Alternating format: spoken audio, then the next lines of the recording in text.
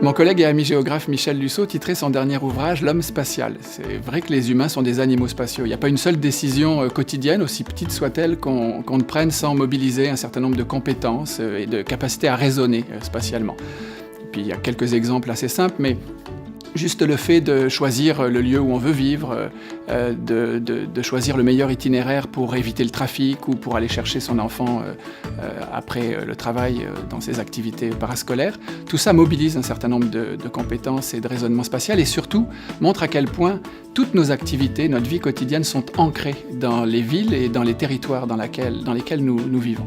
Parce qu'au fond, le numérique, c'est à la fois notre plus grand problème en tant qu'individu dans une société en profonde mutation, puis c'est aussi à la fois la solution la plus efficace qui peut nous aider et peut aider nos villes et nos territoires à faire face aux défis auxquels ils sont confrontés aujourd'hui. Puis ces défis, ils sont nombreux, hein.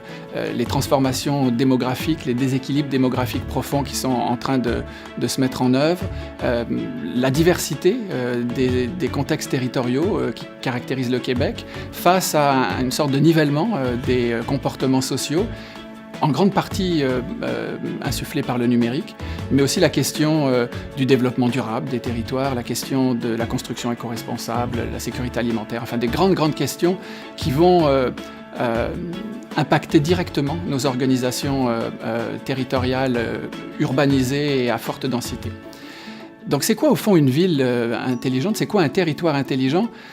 Il y a à peu près autant de définitions qu'il y a de personnes qui ont bien voulu en donner, mais on peut considérer que c'est une ville ouverte, durable, connectée certainement, dans laquelle la capacité à comprendre les composantes et les dynamiques qui la constituent, cette capacité qu'on peut qualifier d'intelligence urbaine ou d'intelligence territoriale, cette capacité, elle est optimisée, supportée par le recours aux technologies de l'information et de la communication, à l'analyse des données, mais aussi à l'engagement des parties prenantes, et en particulier à l'engagement de la population. Ce concept, cette idée de ville intelligente n'est pas réduite aux villes, hein. Ça s'applique aussi à l'ensemble des contextes qui caractérisent le territoire du Québec. On sait que c'est complexe.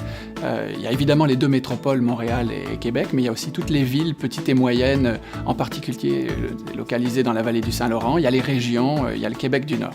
Et il ne faut pas croire qu'il y ait un seul modèle qui puisse s'appliquer partout. Donc il y a une vraie réflexion qui doit être menée à l'échelle de chaque entité territoriale. Et puis l'exemple du plan numérique de la MRC des sources en est un bon, par exemple, qui montre à quel point on peut décliner ce concept-là dans des organisations territoriales régionales.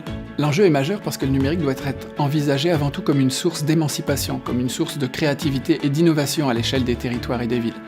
Et moi je pense qu'on a les moyens à travers le numérique de faire de nos territoires et de nos villes des espaces apprenants, des espaces d'apprentissage.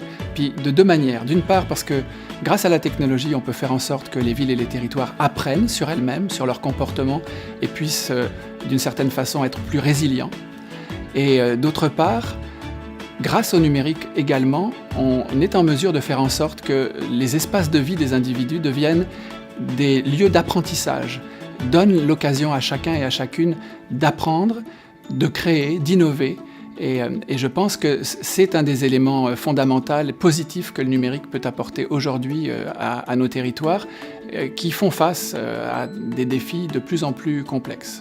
Cet engagement dans une citoyenneté active commence aujourd'hui par une réponse positive à l'appel que le gouvernement du Québec a lancé à chacun d'entre nous d'apporter ses idées et ses attentes, sa contribution à la plateforme participative qui a été mise en ligne à cet effet. Alors moi, je vous invite à répondre à l'appel de Dominique Anglade et d'apporter votre contribution de manière à ce que cette stratégie numérique du gouvernement du Québec soit celle de toutes et tous.